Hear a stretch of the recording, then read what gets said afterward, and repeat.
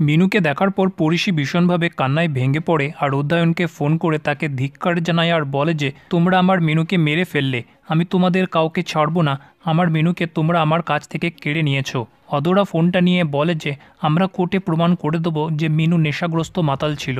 গীতা ফোনটা নিয়ে বলে যে একবার যদি আমার হাত চলতে লাগে আপনার ক্যারেক্টার সার্টিফিকেট দেওয়া বন্ধ হয়ে যাবে। মিনু কেমন ছিল সেটা আমি ঠিক কোর্টের মধ্যে প্রমাণ করে দেবো। যেটা শুনে অধরা রেগে যায় আর বলে যে তুমি কিচ্ছু করতে পারবে না।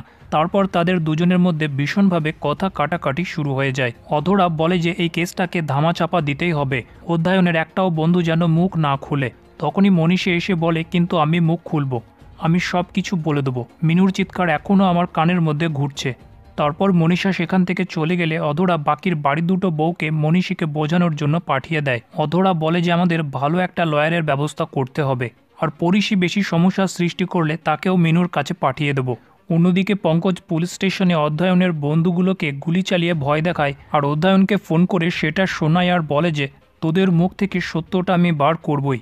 অধরা পঙ্কজকে ভয় দেখানোর চেষ্টা করলে বরং পঙ্কজ ঘুরিয়ে অধরাকে বলে যে মিনুর হত্যাকারীরা কেউ বাঁচবে না, আপনাদের সকলকে আমি আপনাদের উচিত জায়গায় পৌঁছে দেবো।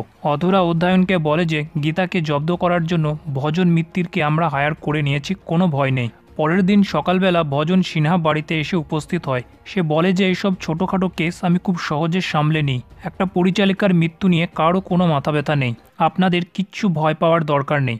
অধরা বলে যে আমার শুধু একজনকেই ভয় লাগছে, সে হচ্ছে পরিষী। পরিষী যে কোনো মুহূর্তে খেলা ঘুরিয়ে দিতে পারে, কারণ সেই সব থেকে বড় সাক্ষী। তারপর তারা কোর্টের উদ্দেশ্যে বেরিয়ে যায়। অন্যদিকে গীতা পরিষীকে বলে যে আজকে কোর্টের রায় আছে, আমাদের কোর্টে যেতে হবে। মেহেক পরিষীকে বলে তুমি একটা শাড়ি বেছে নাও। তারপর ওই মুহূর্তে স্বস্তিক সেখানে এলে গীতা স্বস্তিককে একটা শাড়ি বাছতে বলে আর তাকে জিজ্ঞেস করে যে আপনাকে কোন শাড়িটা বেশি ভালো লাগছে। তারপর স্বস্তিক সেই শাড়িগুলোর মধ্য থেকে একটা লাল শাড়ি বেছে বার করে পরিষীর জন্য, যেটা শুনে পরিষী অবাক হয়ে যায় আর গীতাকে বলে যে উনার পছন্দ করা শাড়ি আপনি আমাকে কেন পরাচ্ছেন, এটা কি এমনি এমনি নাকি এটার পেছনে কোনো কারণ আছে।